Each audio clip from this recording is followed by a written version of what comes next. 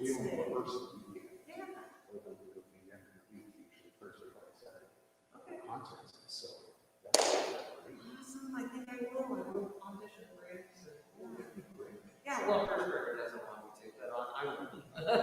What is it? Shoot. I'll sit in the way back because I have way too much fun. Yes, it's easy. She's the best. Yes. Well, nice talking with you. Yeah. I think it's nice to meet you. Yeah, I got 1 minute.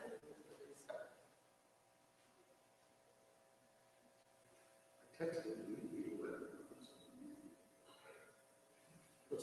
She'll see you.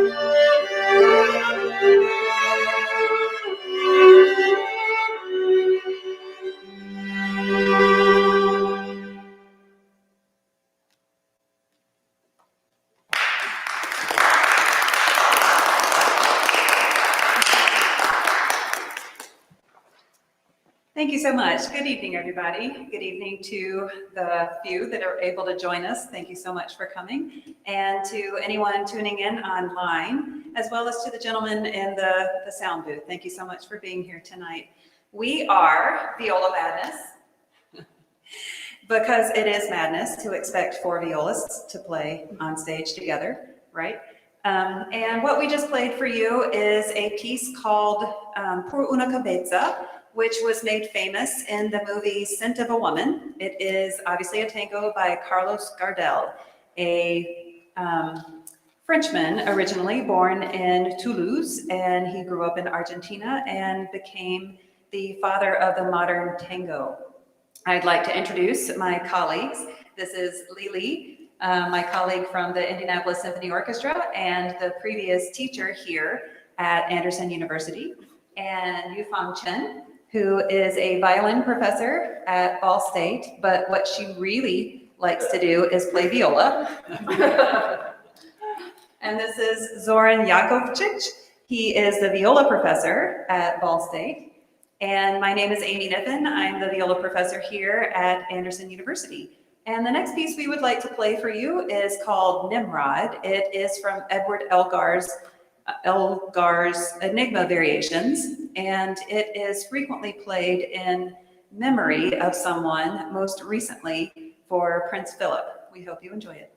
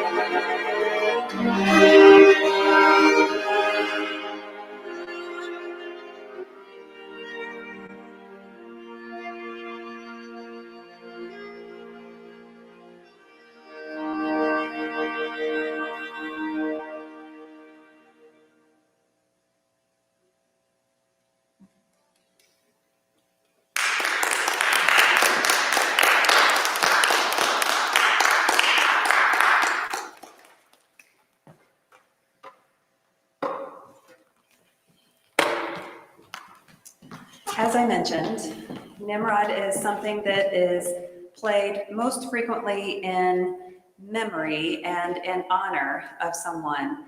And when I was a senior in college, preparing for my senior recital, one of the pieces that I was playing was the Stravinsky Elegy. Well, at the same time, my grandfather, who was a towering force of a man, lost his 9-year battle to cancer, which was of course very sad, but when he was first diagnosed, he was told that he would have only 6 months. And my grandfather said, "No, I want to see my grandson graduate from the Citadel." And the problem was, of course, that my brother at that time was a senior in high school. And not only did my grandfather see my brother graduate from the Citadel, but it was a number of years later, and I was a senior in college. And so we felt extremely grateful to have all those many extra years with him. But at the time that he passed, as I said, I was preparing this piece of music. And as a musician, it happens that as we play different pieces throughout our lives, every time we come back to a piece, it's nuanced with all the previous times that we've played it. And so it took about 20 years before I really was okay with playing this piece again, because it was rather difficult to be divided from my family at the time that he passed away. But strangely, even though my grandfather, I'm not sure, knew who Igor Stravinsky was, and I'm not altogether certain he would have liked this piece of music if he had heard it, the piece still reminds me of him. And so I would like to play a short fragment of it and pair it with my grandfather's favorite hymn, which was "How Great Thou Art."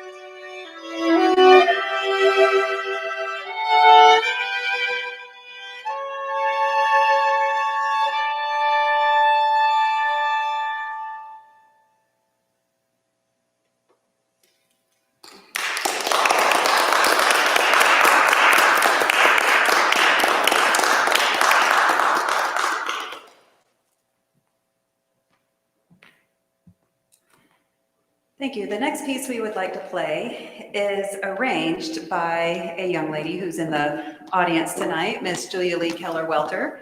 We really appreciate the fact that she arranged this for us. It is called Nessun Dorma, and it is from a Puccini aria. And it was made famous when it was always famous to those who appreciate Puccini opera, but it was made famous to the world in general when Pavarotti sang it for the World Cup in Italy. I don't remember what year, but a lot of years ago, because the picture I saw of him was quite young with lots of wavy hair. And I was curious, I've heard this so many times, but never really known what the text was about. And come to find out, it's this guy who is singing smugly this song about how the princess is not going to find out his name before sunlight. Nobody will know his name this night.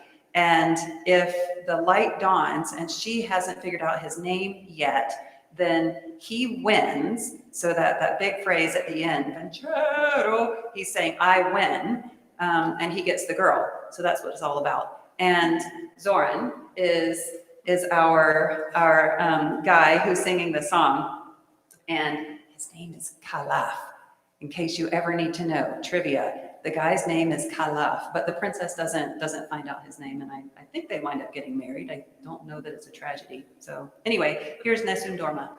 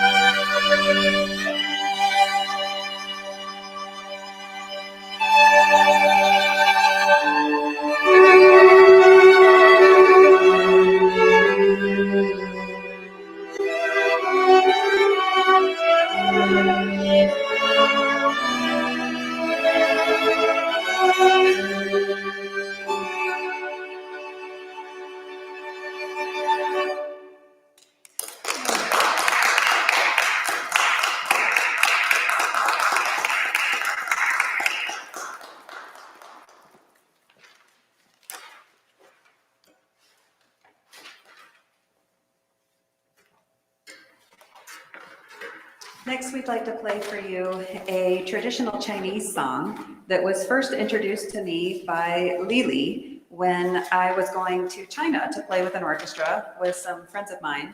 I thought it would be nice. We were supposed to play some recitals over there, and I thought in addition to the Western music that we were playing, it would be nice to play a piece of Chinese music, and this is what Lily gave me. And it's called The Fisherman, and she said that it was the music on the weather for the nightly news from her home city.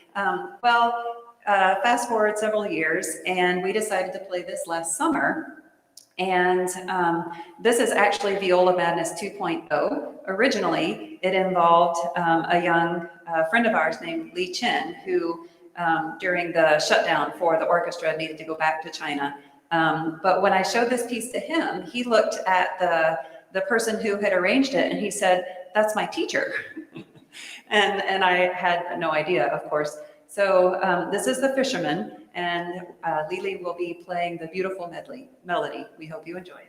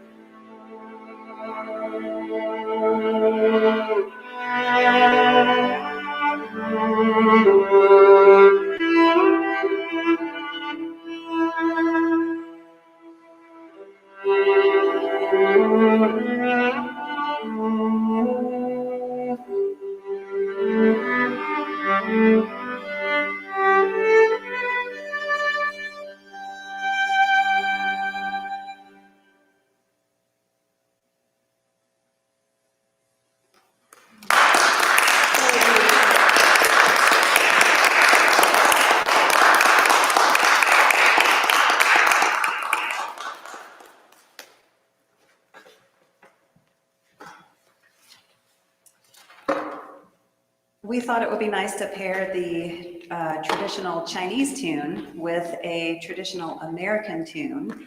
And throughout this pandemic, I have wound up playing music, the folk music of a variety of countries, and I find a similarity in the music. And folk music is a true expression of the heart and the culture of a people.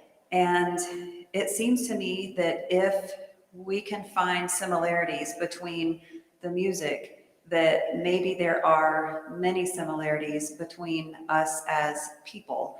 And I would hope that we can move forward, linking arms with each other in our similarities and in a civil way, trying to work out our differences. This is Wayfaring Stranger as arranged by my teacher, Emmanuel Vardy.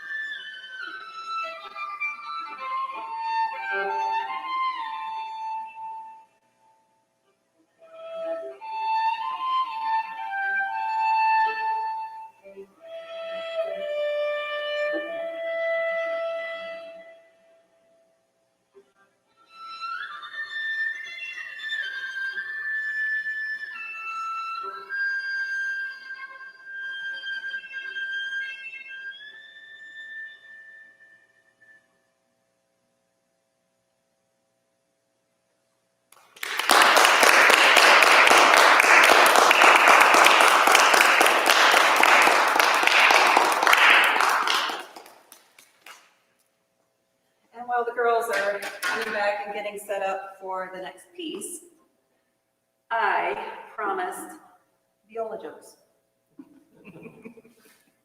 Because there are 4 violas on stage, So, I brought my viola jokes with me.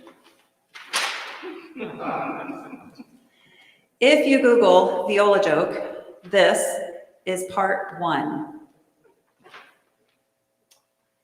Let's see. How is lightning like a viola's fingers? Neither one strikes in the same place twice. How do you keep your violin from getting stolen? Put it in a viola case. What's the difference between a violin and a viola? The viola burns longer, holds more beer, and you can tune the violin. Yep, this is the can't beat them, join them, right? So let's see. We all know that a viola is better than a violin because it burns longer, but why does it burn longer? It's usually still in the case. Let's see. What's the difference between a viola and a coffin? The coffin has the dead person on the inside. All right, okay, one more. What's the difference between a viola and a trampoline? You take your shoes off to jump on a trampoline. Yes, yes, yes. We are the New Jersey of the orchestra. Everybody should love us. Show us love, make us muffins.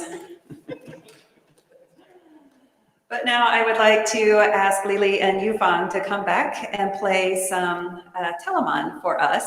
Telemann is Lili's favorite composer. And the piece that they're going to play is called a canonic sonata. And they are actually playing off of the same piece of music. And when I'm playing this, I always like to be the first person who plays because the second person has to play exactly the same part, a bar or a bar and a half or so after the first person, and it's much easier to get confused if you are number 2.